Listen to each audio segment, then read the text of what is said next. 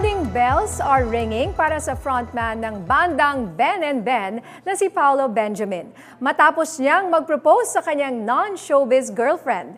Ang umaarangkadang showbiz buzz, hatid ni FM Radio Manila DJ Mama Mia. She said yes. And just like that, another member ng bandang Ben and Ben ang ikakasal. Sa kanyang Instagram account, isinare ni Paolo ang garden date com proposal niya. Siyempre, playing sa background ang kanyang Tomorrow With You ng kanyang banda. Sa isang part ng video, makikita ang kulitan ng dalawa.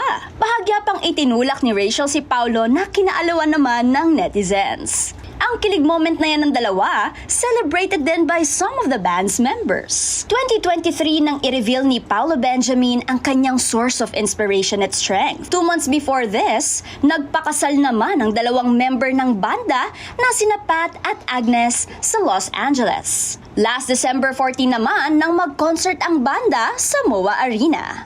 Ako si DJ Mama Mia ng FM Radio Manila, umaarangkada sa Showbiz Buzz!